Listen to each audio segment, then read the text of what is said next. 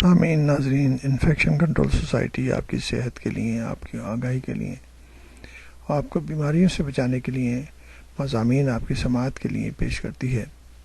یہ آپ کا فرض ہے کہ ان معلومات کو حاصل کر کے اپنے آپ کو بیماریوں سے دور رکھیں اور وہ مسائل جو کہ بیماری سے پیدا ہوتے ہیں ان سے بچ سکیں۔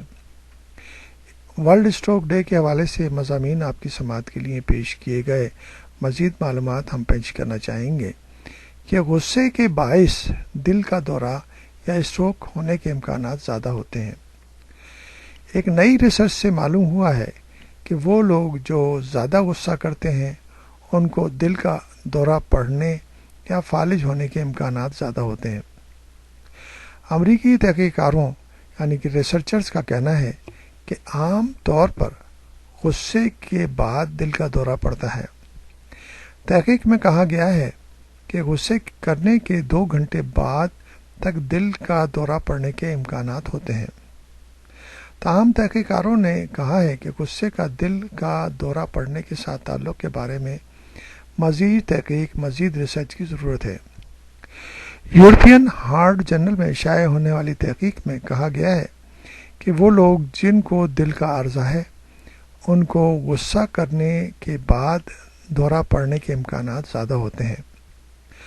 Harvard school of public health کی جانب سے کی گئی ریسرچ سے معلوم ہوا ہے کہ غصہ کرنے کے 2 گھنٹے تک دل کا دورہ پڑنے کے امکانات 5 گنا جبکہ فالج ہونے کے امکانات 3 گنا بڑھ جاتے ہیں۔ یعنی کہ غصہ کرنے کے 2 آورز کے بعد دل کا دورہ پڑنے کے امکانات 5 ٹائمز اور جبکہ فالج یا اسٹروک ہونے کے امکان 3 ٹائمز بڑھ جاتے ہیں۔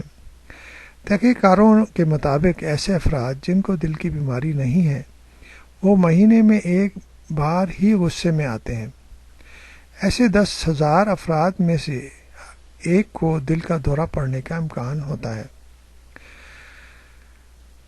تاہم جن افراد کو دل کا عارضہ ہے ایسے 10,000 افراد میں سے 4 کو دل کا دورہ پڑ سکتا ہے۔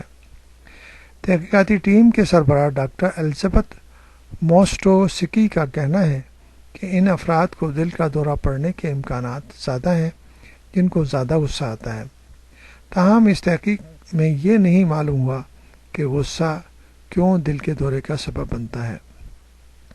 بہرحال یہ بھی ایک بہت اہم معلومات ہے جس کے ذریعے آپ اپنے آپ کو اور اپنے مسائل کو کم کر سکتے ہیں اور اس بیماری سے، اسٹروک سے اور ہارٹ اٹیک سے بچنے کی کوشش کر سکتے ہیں۔